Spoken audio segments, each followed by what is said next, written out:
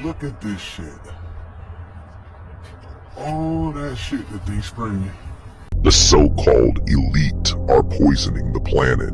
They want us gone. This is psychological, chemical, and biological warfare. And people are wondering why we getting sick. Look at all that shit. Look at that. That is disgusting. Oh, they definitely trying to make us sick. Trying to make us sick is an understatement. They're not only trying to make us sick, but are aggressively experimenting on us. They're using poisonous heavy metals in their chemical concoction, such as aluminum, mercury, graphene oxide, and borium.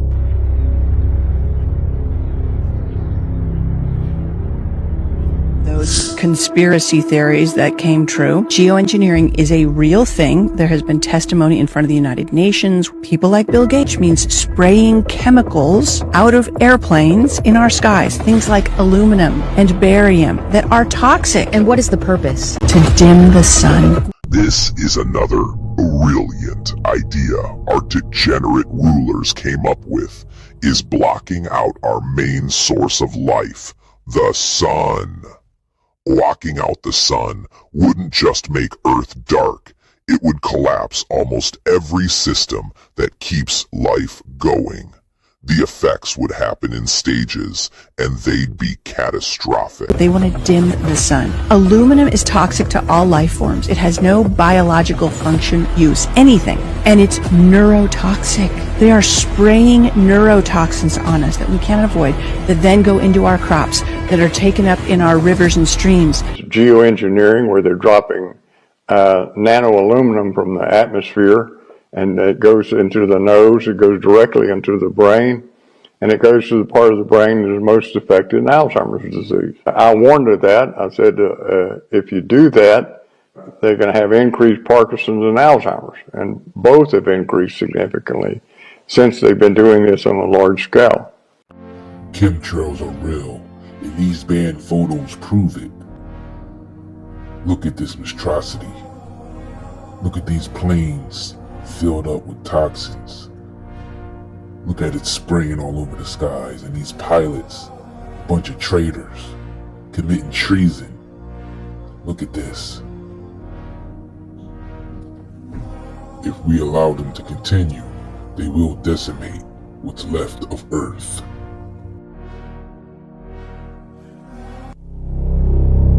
Is spewing calcium carbonate dust into the atmosphere. Bill Gates is backing the first high-altitude experiment of one radical climate change solution, creating a massive chemical cloud that could cool the Earth. It's called solar geoengineering, and it's highly controversial. It would look something like this. Thousands of planes would fly very high and use nozzles to inject millions of tons of light-reflecting particles into the stratosphere. It would create a thin chemical cloud of those particles around the whole planet, blocking some sunlight from reaching the surface. It would mimic a giant volcanic eruption, which we know cools the Earth. Now, just to restate, Bill Gates is not God. Bill Gates is some kind of weird, socially awkward rich guy who lives in Seattle. He doesn't own the planet, but he's now changing the planet single-handedly. This is not just over his yard in Seattle, this is over your yard. Doesn't this seem familiar? Blacking out the sun and scorching the sky? Oh yeah, I remember. We marveled at our own magnificence as we gave birth to AI. A singular consciousness that spawned an entire race of machines. We don't know who struck first, us or them, but we know that it was us that scorched the sky.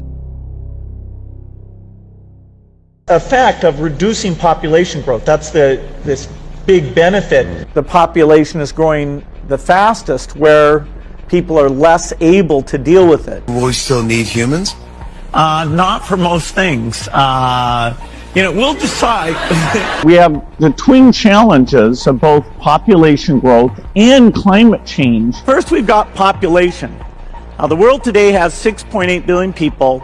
Now, if we do a really great job on new vaccines, healthcare, reproductive health services, we could lower that by perhaps 10 or 15%. The truth in the matter, These bloodthirsty vampires want majority of us gone off the planet.